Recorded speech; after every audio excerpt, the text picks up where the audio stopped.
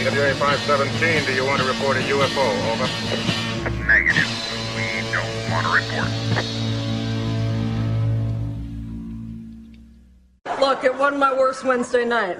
Hello, welcome to another edition of Anomaly-NOW, straight out of Austin, Texas. I am your host, Smiles Lewis. This is the weekly, sometimes live news and media roundup for the nonprofit 501c3 Scientific Anomaly Institute, aka the Anomaly Archives, located here in Austin, Texas.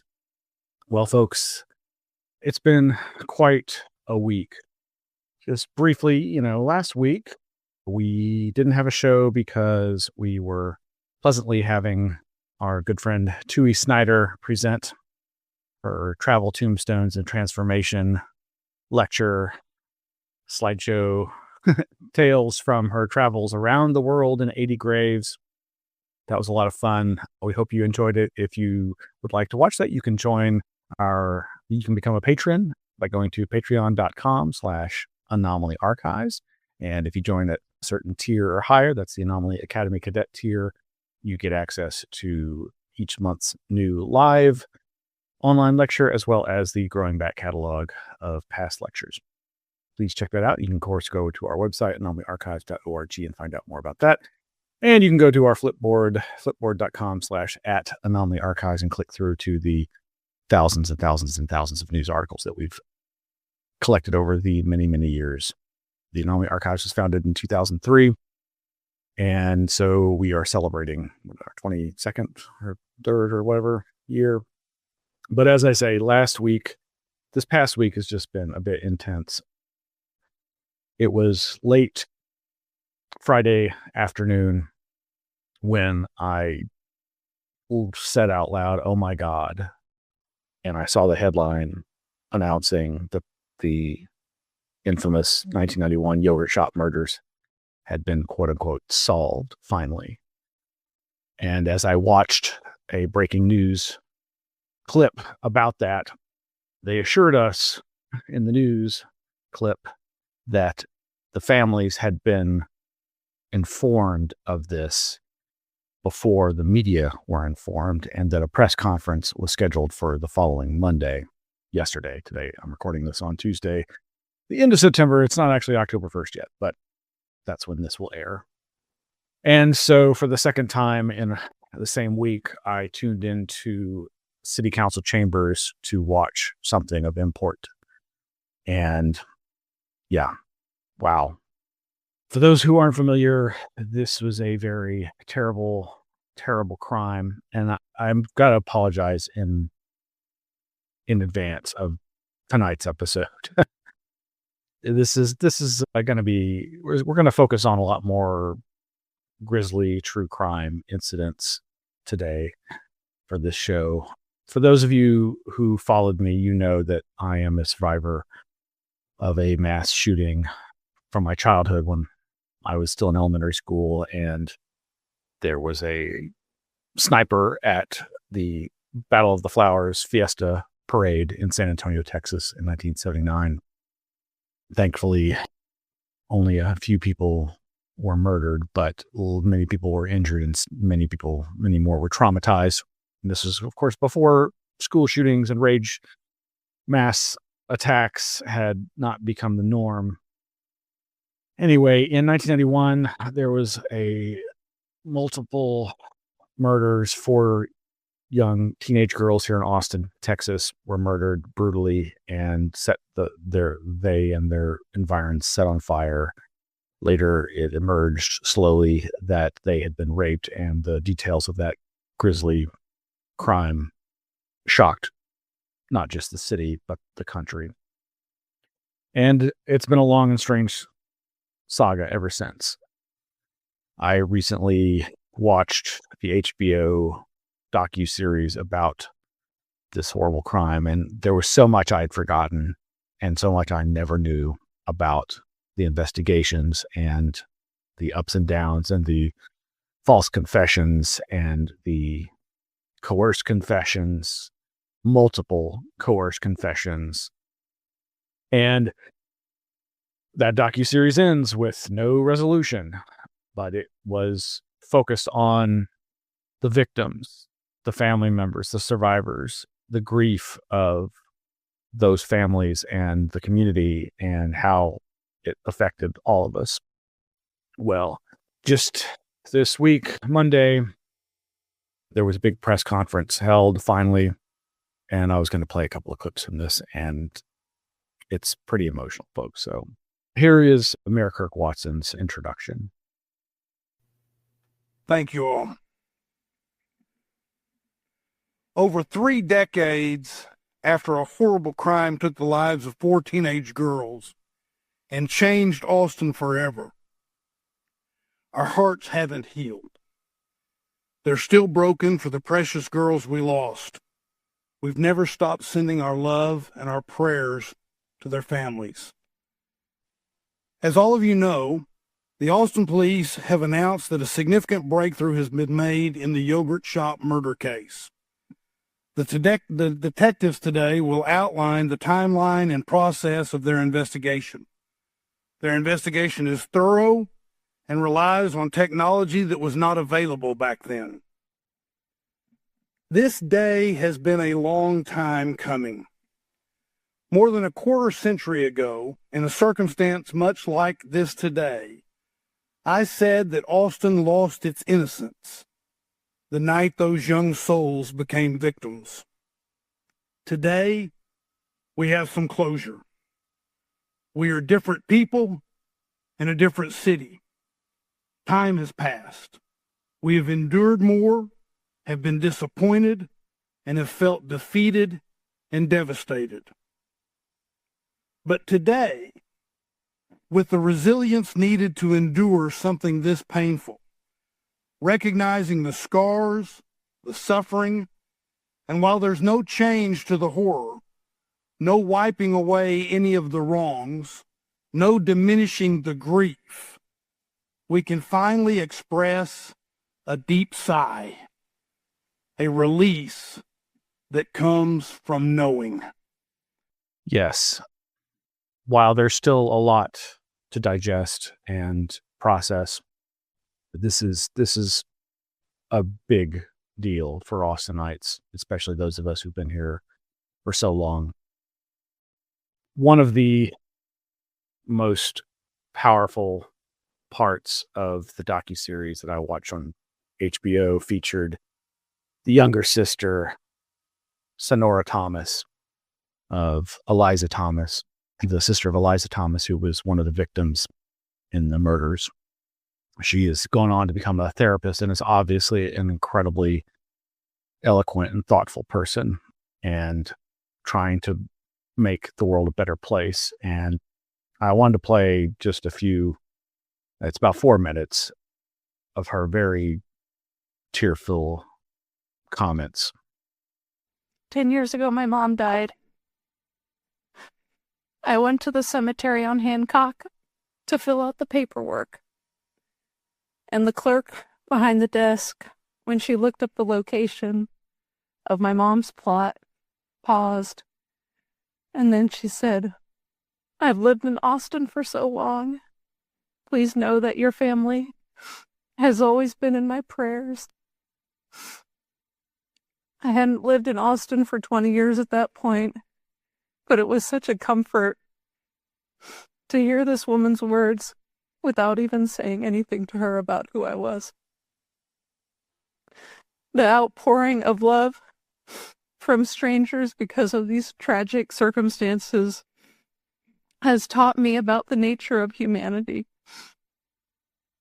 Living through something like this, you would think that I'd feel worse about humanity, but instead I feel better. Phone calls, the million kindnesses that have been extended to me and my family have gotten us to this moment. Some of us. I think of my mom today, and I wish she were here. Our reality doesn't change after today. Our families are still too small, still missing an essential ingredient, and we are lesser for it. We have been robbed of a life with nieces and nephews and grandchildren, and with sisters to grow old with. This sort of mindless violence continues to steal from all of us. I don't yet know how this information is going to change my life, but what I learned about myself in the past 2 days is that my brain was split in two. One part of my brain has been screaming, "What happened to my sister?" And the other part kept repeating, "I will never know. I will die not knowing, and I have to be okay with that." On Saturday, those two parts of my brain started melting into each other. I realized how much energy I had used to keep them separate and to convince myself that I was okay not knowing.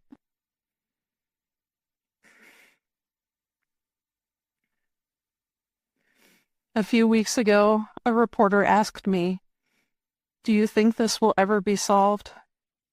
And I didn't skip a beat. I said, "I can't think about that. I will lose my mind if I think about that. I have to focus on my work, helping my clients and my groups as a therapist. But now I can have both. I know now what happened, and that does ease my suffering. And I can continue to pass on all the kindnesses that have been shown to me over the decades, and hope that I can ease the suffering of others." Thank you so much.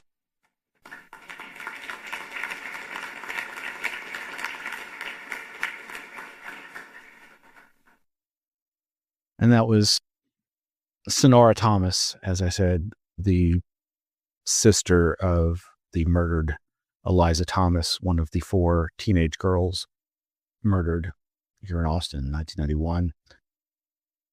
That murder, those murders, that crime, that terror attack against this community really traumatized everyone. And it is an example of some of the worst aspects of police investigations that one can learn from, in terms of trying to force evidence, trying to force the pieces to make sense, trying to find a scapegoat. Multiple Mexican young men were tortured and coerced by federal Mexican officials into confessing.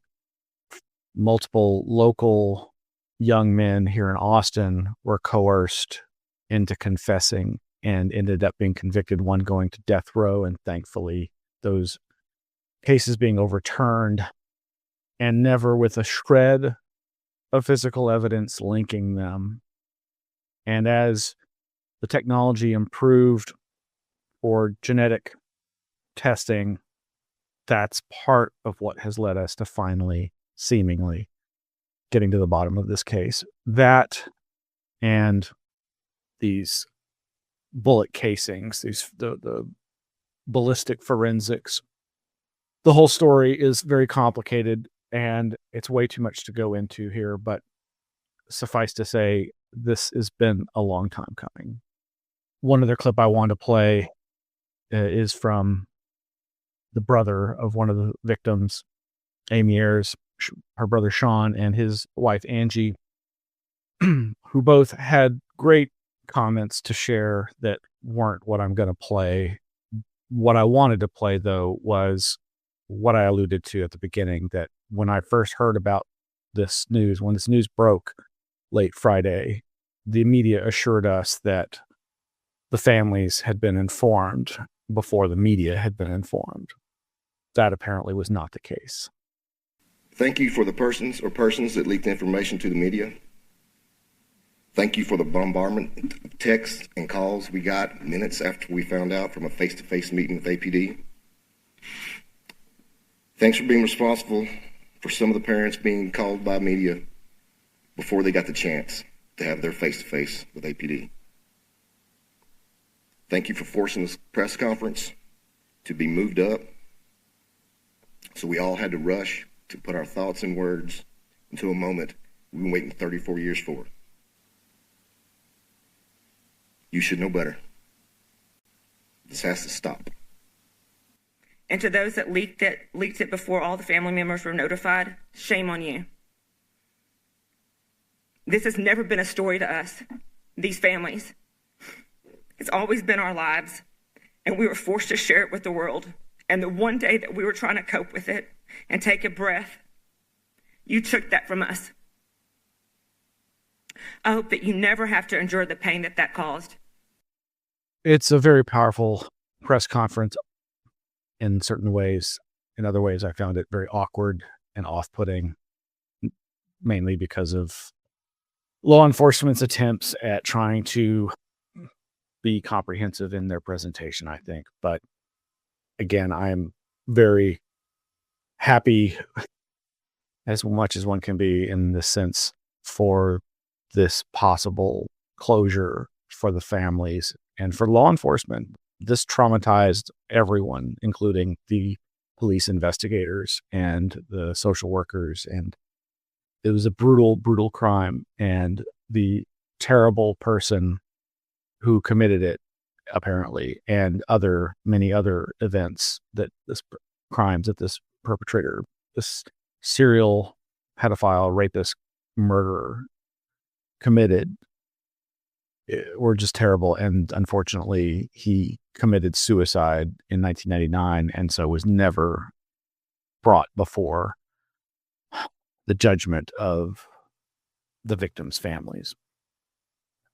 As I mentioned, being the survivor of a mass shooting myself, I've, over the years, reported on this kind of thing a lot. And for those of you who've been following me for many years, I co-hosted a paranormal and parapolitical radio show called PSYOP Radio, PSIOP, like PSI, psychic, PSYOP Radio, decoding the parapolitical machinations within the paranormal and the parapolitical, decoding the psychological warfare machinations.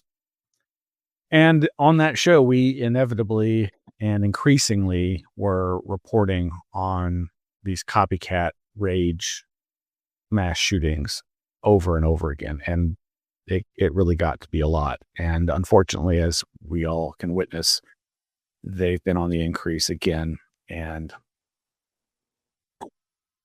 yeah, so other things in the news related to this. And again, I'm sorry to focus on this, folks, but it's what's happening. And there is weird relevance, perhaps, to all the anomalous things that we study.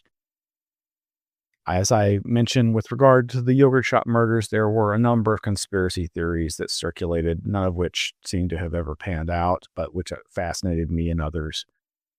The abuse, perhaps, of hypnosis in the attempt to recover memories from possible witnesses is also rampant in this case over the years. But there's been a number of other weird things the past week that all seem to have coalesced into the terrible tragedies that happened over the weekend. But yeah, so several days ago, I guess this now is on September 24th, there was a shooting at Las Vegas's Nellis Air Force Base main gate. And a lot of the headlines were sensationalistically claiming that the gunman had opened fire at the gate of Area 51. But this is the gate they're talking about is in Las Vegas. Area 51 is way away from Las Vegas. I mean, that's the nearest big city. But yeah, here's another one. Of course, it's the Daily Mail. So yeah, sensationalistic much. Gunman opens fire on secretive Air Force base, home to Area 51. Not exactly accurate, but that'll get the clicks. Slightly different, but you know how we've been reporting on the fears in Austin that there is a serial killer lurking around downtown and dumping the victims bodies into what's called Lady Bird Lake, Town Lake, Colorado River that runs through Austin.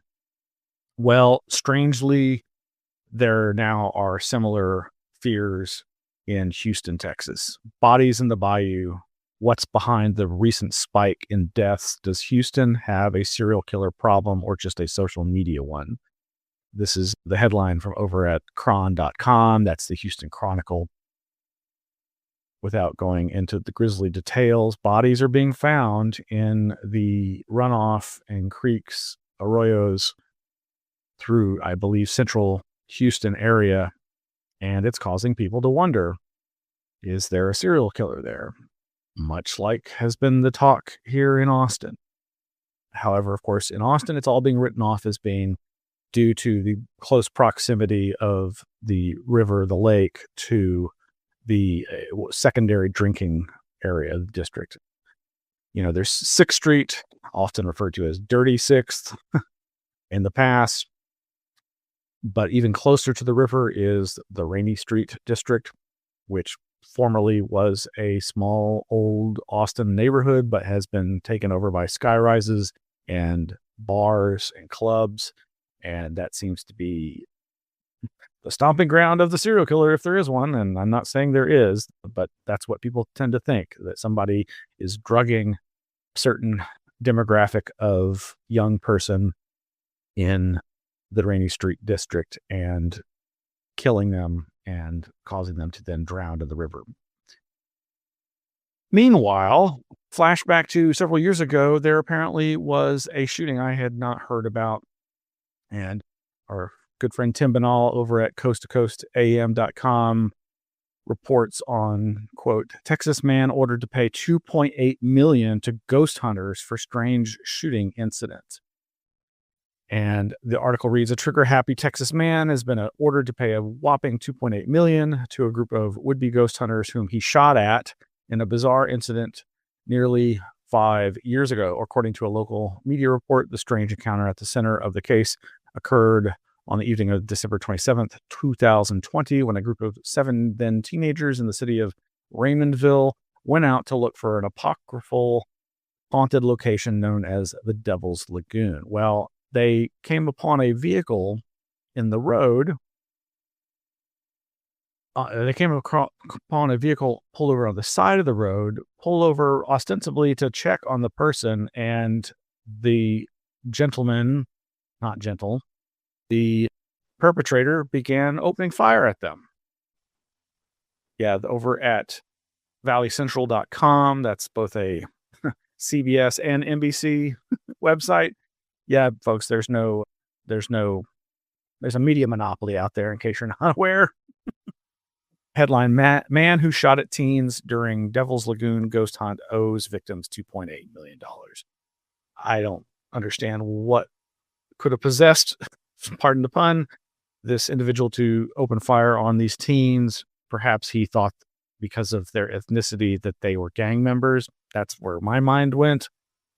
I haven't heard the details of the case, but it sounds like it must have been a pretty clear-cut incident of random violence against these poor teenagers. But getting back to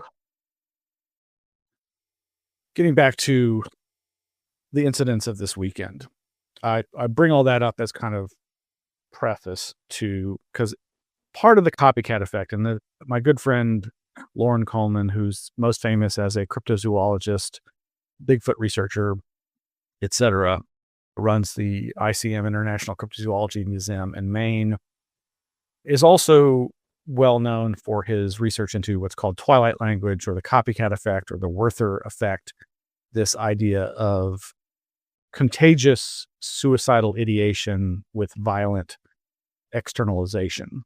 And basically people who are mentally unstable and suicidal turning that suicidal ideation outward and killing people, running amok, AMOK.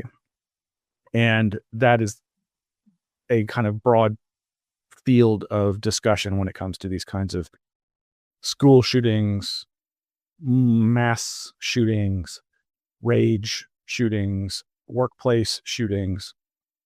this does get into a quandary about the nature of, say, gang violence or other types of gun crime. And this has been a point of contention, obviously, amongst various people with views on the Second Amendment. But of course, over the weekend, there were multiple mass events. Some have said that there were up to 5 mass shootings this weekend in the United States over the course of 2 days, 48 hours. Depending upon your definition, depending upon what we learn about some of the lesser heard about incidents, that may or may not bore out. But this would seem to be a high point in the sense of high numbers of these incidents, a low point, obviously, in our culture.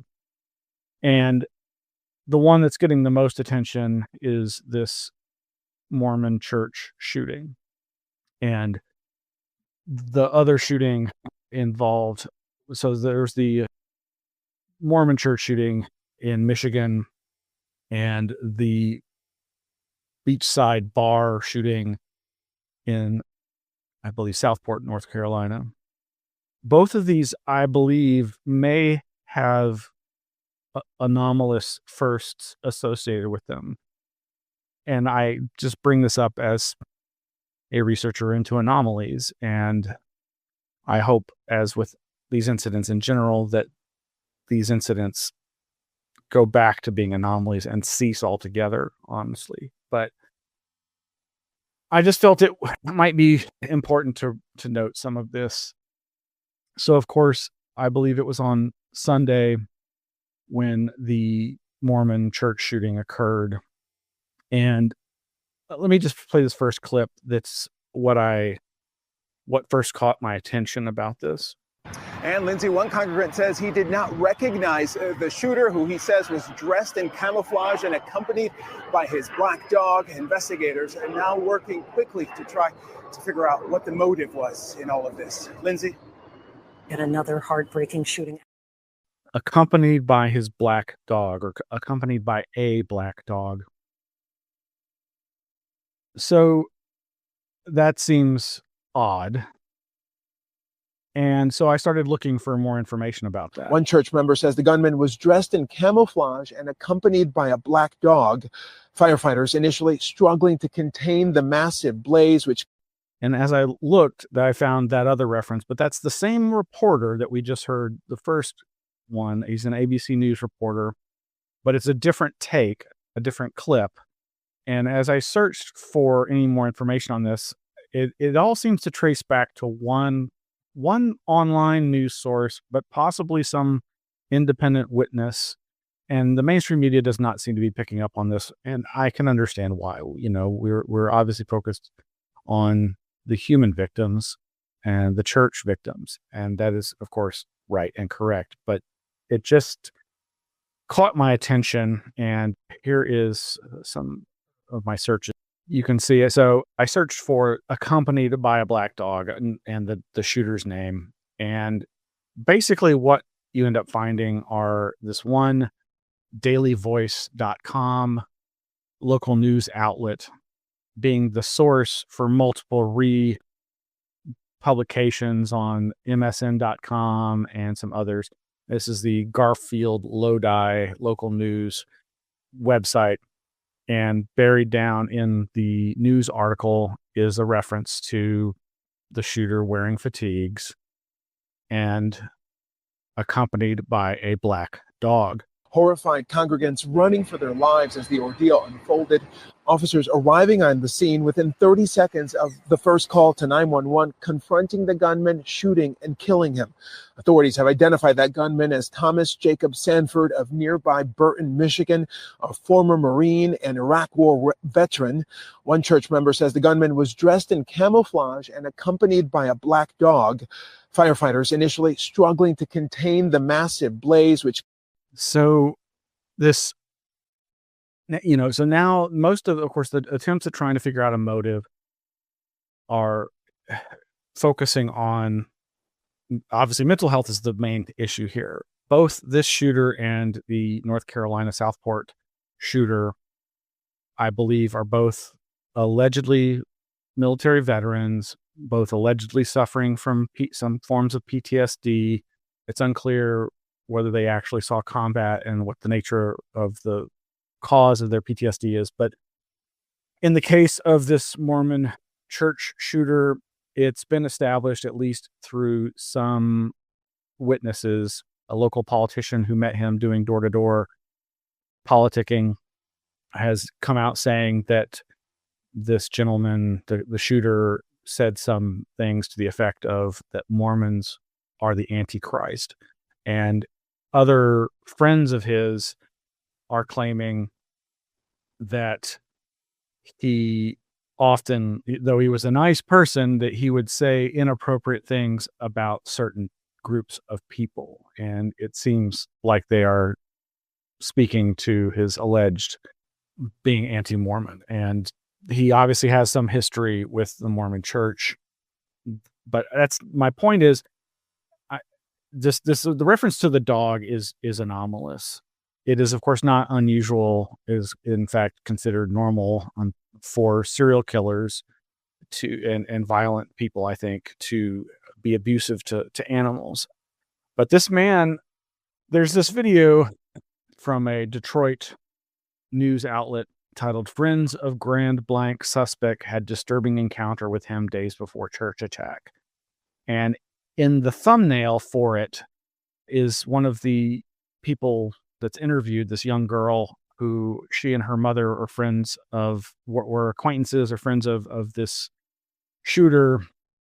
They're the ones, I believe, who said that he spoke unkindly or inappropriately of certain groups. But their strange, disturbing encounter with him was him feigning, rushing them with his big truck. And in this thumbnail here, you can see he's leaning out of the truck that was used, I believe, in this attack. And in the back are the American flags that are seen in the video footage that you've probably seen. And in the back of the truck is his black dog coming out the window and being pet by the young lady, the young girl who was witness to the strange encounter where he falsely acted as if he was going to run them over with his vehicle, but then made a joke about it. I got you, which really apparently freaked them out and seemed out of character for him, perhaps. But again, there's the black dog. And yeah, I know I'm making a mountain out of a molehill, but this may be, if it is true that he took his dog with him, this may be the first time this has ever happened. And that's all I'm trying to say. Does it matter? No, of course not. I just find it a strange detail. Now, what about the other one? The other incident, the North Carolina Southport boat shooting. Well, that is the anomalous part. The shooting, the drive-by from a boat.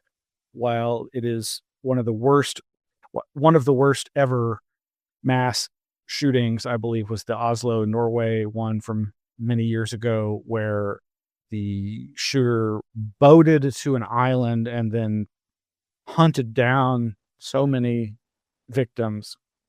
I believe this is the only type of this event I'm aware of where somebody has fired in mass at people, at a crowd, from a boat.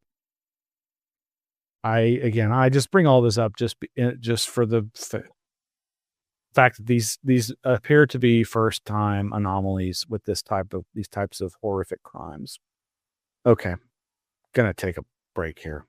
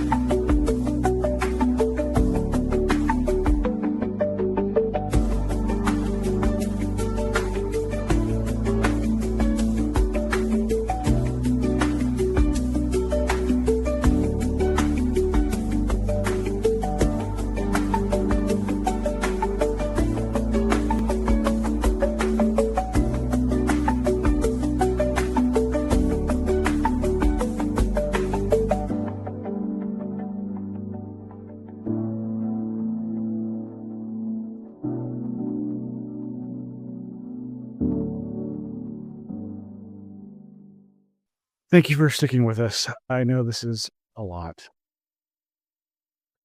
Well, there's a ton, as always. There is a ton of other news that's much more traditional for our fare. And you can go to flipboard.com/@anomaly-archives and click through and find a ton of links. Among the things that I had wanted to touch on, but I'm just not going to be able to today, folks. There's this strange news about the Secret Service dismantling a network of SIM cards, thousands of SIM cards in New York City that looked like it was being run by either an organized crime syndicate and or some sort of foreign adversary country that would have been able to completely disrupt cellular communications in the New York City area. This is being touted as if it's in connection to the United Nations meetings and world leaders arriving and whatnot. But yeah, wow. And I had it reminded me immediately of a thought that's related to UFOs. And I'm glad it wasn't just me. Our good friend Micah Hanks on one of his recent podcasts just briefly alluded to the same exact thing, this idea of overwhelming communications channels. In this case, through an electromagnetic jamming sort of means by it's like a denial of service attack on computer internet servers, but with cell services. But it reminded Micah and myself independently of the Robertson panel, the infamous CIA-sponsored UFO panel, where, among other things, it was expressed that it was dangerous, that UFOs were dangerous in so much as a foreign adversary could use fake UFO reports to overwhelm communications channels as a distraction from some other nefarious activity. Meanwhile, we've got these mystery drones over Europe. First over, I guess, is it Danish airports, and then now over Spain. Our good friend RPJ, Red Pill Junkie, aka Miguel Romero, aka RPJ. He's got a good article over at the Daily Grail speculating about the connections between UFOs and drones, and he likens this recent drone wave in Europe to, of course, the recent drone flap in New Jersey and across the United States, especially the ones over our American military bases. But yeah, headlines like mystery drones now spark chaos in Spain as flights diverted from Fuerteventura after days of incursions across Europe. That one's from thesun.co.uk. And something droning in the state of Denmark. That's the one by, I guess, Miguel Romero over at dailygrail.com. And interestingly, he compares it to the famous ghost rockets, the kind of a pre-modern era UFO event, but post-war, pre-modern era, where these apparent missiles or cylinder UFOs were being seen over Norway and Sweden and these different areas, and it was presumed to be Russians. Well, just like these drones now are presumed to be Russian. So he calls them ghost drones instead of the ghost rockets. But as always, Miguel has some interesting insights that you might want to check out over there. Some of the other things I wanted to mention are these interesting articles about new Japanese Fugo balloon research. We've got those links buried down in there. I'll put them all in the show notes. There's some other interesting biology news. New hybrid bird discovered outside of San Antonio. This is a green jay and a blue jay have apparently mingled their DNA and had children of a new color. That's pretty cool. And all kinds of interesting stuff. Popular Mechanics has a cover article, a whole cover magazine devoted to UFOs, UAP now. They seem to be cashing in. And up here, I think I have links to this, what's called the Carolina Crawler. There's some interesting cryptozoology videos that you should check out. Some from Thinker Thunker, and just some very interesting Bigfoot video analysis that I think is actually very worth your time. The Carolina Crawler 9/11 incident, yeah, that's really fascinating. Is it a hoax? If it is, they involved law enforcement and could probably get in trouble for that. But this event happened several years ago, or a few years ago, and is only now getting some better attention. But you may want to check that out. It all seems to center around this classic cryptid that emerged around 2005, 2006 after the movie The Descent was released, and online communities started creating this creature, this thin, gaunt, pale creature called a rake, R-A-K-E, and that is very reminiscent of the things, the weird underground feral humans encountered in the movie The Descent. Anyway, I'm not going to spoil this story. It's wild. Meanwhile, there's also links to some great free online publications on the paranormal and UFOs, etc., that I think you'll want to check out. Again, the links will be in the show notes for tonight's episode. And there's a Fantastic Fest interview. Fantastic Fest is a film festival put on by the Austin's own Alamo Drafthouse Cinema. It's been going on for decades now. It's fantastic. It's the Fantastic Fest, but it's great content. And there's a documentary that's been long in the making called When We Were Live, and it's all about ACTV, ACAC, Austin Community Access Television. Again, we'll have links to all of that in the show notes. So I'm going to try to wrap this up. I know this has been a very different episode than normal, folks. I apologize, but these, as I say, have been important incidents in Austin's history, with the apparent resolution of the yogurt shop murders from 34 years ago, 1991, I guess. You know, I mentioned watching city council twice in a week's time. Well, I'll save that other time for after this. But in the spirit of UFO stuff, so I guess it was just over a year, I guess 2 years ago, a year and a half ago, the 1990s, the classic TV series Northern Exposure, that caught a lot of people's imagination because of its quirkiness, and it's often dealing with philosophical issues and sometimes seemingly paranormal issues and synchronicities and dreams and strange, weird events. There was an episode that aired, I think, in March of 1993 in their 4th season that may be the only time, or one of the few times, they ever specifically dealt with UFOs. And as I've been making my way through the back catalog of these old Northern Exposure episodes, I came across this and thought I'd share. Let's see if I can. There's 2 clips. They're each about 1.5 minutes or 2 minutes. Bristol, tell me something. How did it happen? How'd you come to this sorry state? Was it drugs? I can understand, that no-win war, the temptation. No, I never did drugs. Was it that post-trauma rigmarole? No. Well, was it the erosion of our industrial base? Factory you worked for closed down? I had a good job, cable TV company. What happened then? Change of venue. Huh? It happened 5 years ago, summer, August. I was troubleshooting along a back road near this little farm town in Illinois, Watseka. It was 10 o'clock at night. I was up the power pole, and these lights came out of nowhere. Lights? Yeah, real bright, white, and blue, and green.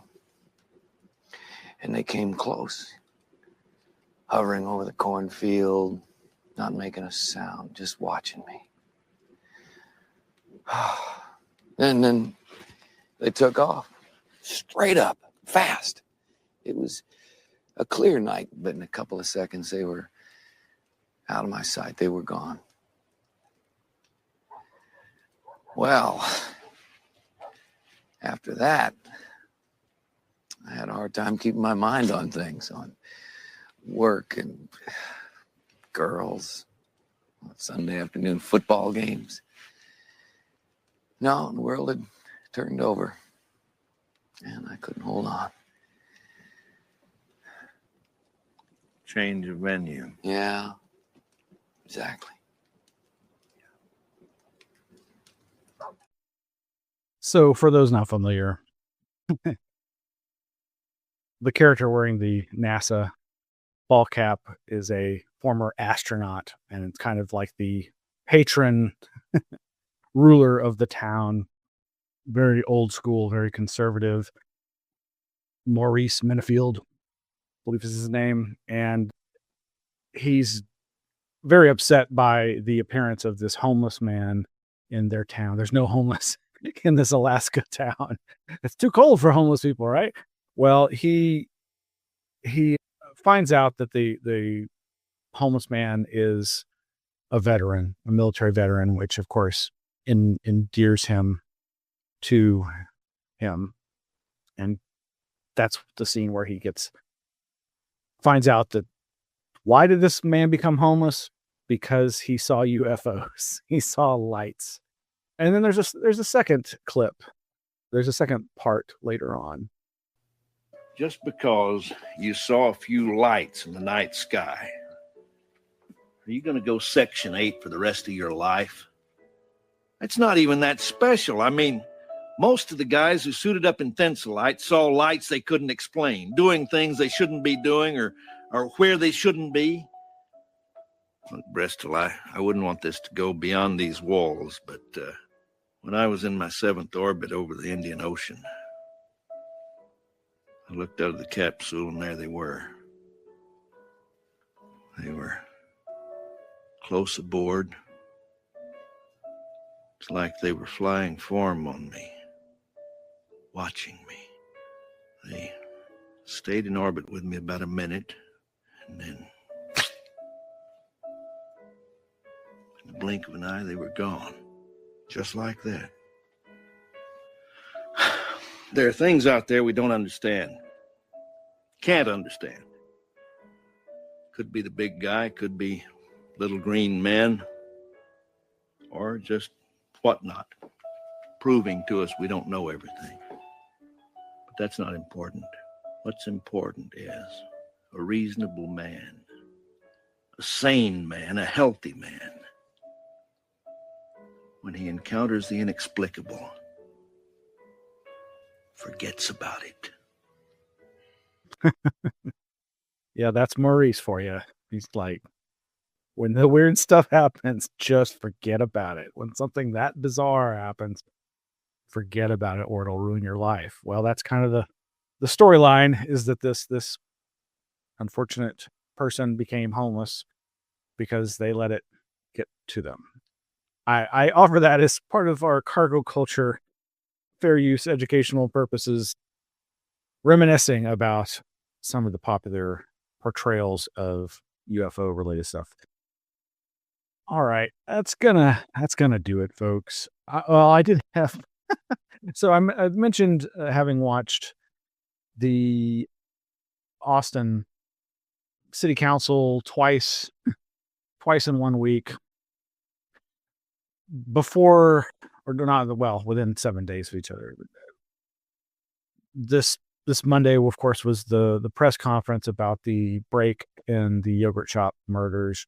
But last week, I became aware of some city council possible shenanigans.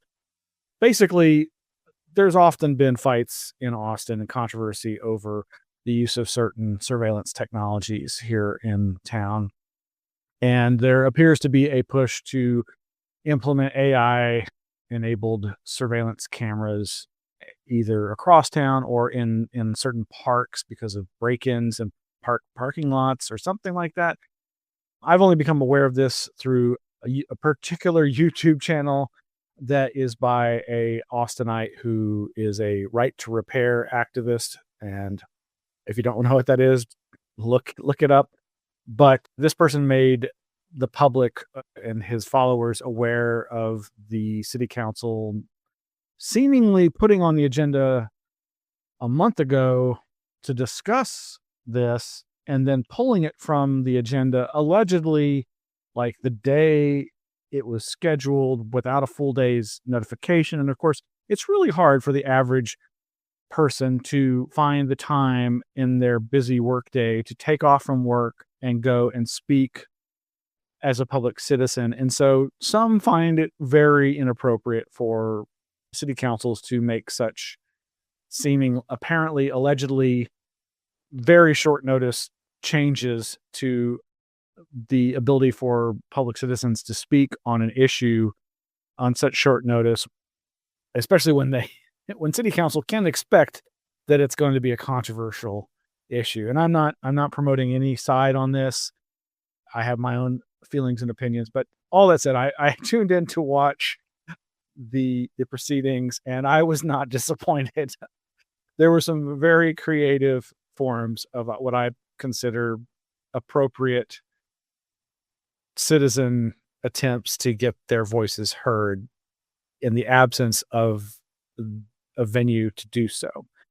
I'm not going to play any of that, but I'll say, as much as there's a lot of different feelings about Austin's mayor, Kirk Watson, who has been mayor multiple times over a quarter century, as we saw from his comments at the yogurt shop murder press conference.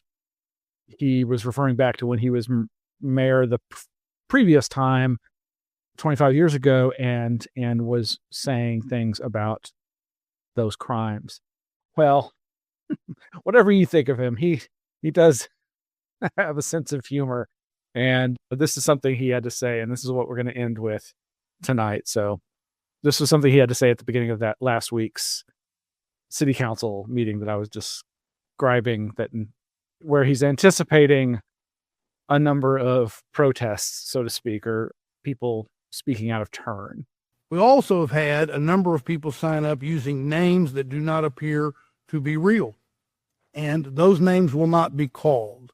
In some instances, those names have, while perhaps labeled creative, are vulgar, and so we won't call out those names. I'm not going to ask anybody to do that. But if in fact your name doesn't get called, let us know, and because if we made a mistake in terms of your name. In fact, if Anita Bong is really here, I mean I haven't seen any bong hits in a long time. If Anita Bong hit is here, but I haven't seen any of the bong hits in a long time, even though bong hits have long been an iconic part of Austin, Texas, and brought much happiness to our city. In fact, if any of the bong hits are here, it would be a high point in our day for us to get to hear from them. But we probably, well, and by the way, if Ms. Bong Hit is here, she will be limited to 2 minutes. A 2-minute bong hit is about all we can handle. And we limit her to 2 minutes because we don't want any bogarting of our council meeting. So with that, we will go to the people that have signed up on the consent agenda to speak, and I will turn to the city clerk and ask you to call names except for Ms. Bonhit. Thank you, Mayor. All right. Thank you, Mayor. Thank you indeed. All right. That's going to be it. Good night, everybody. Thank you for tuning in.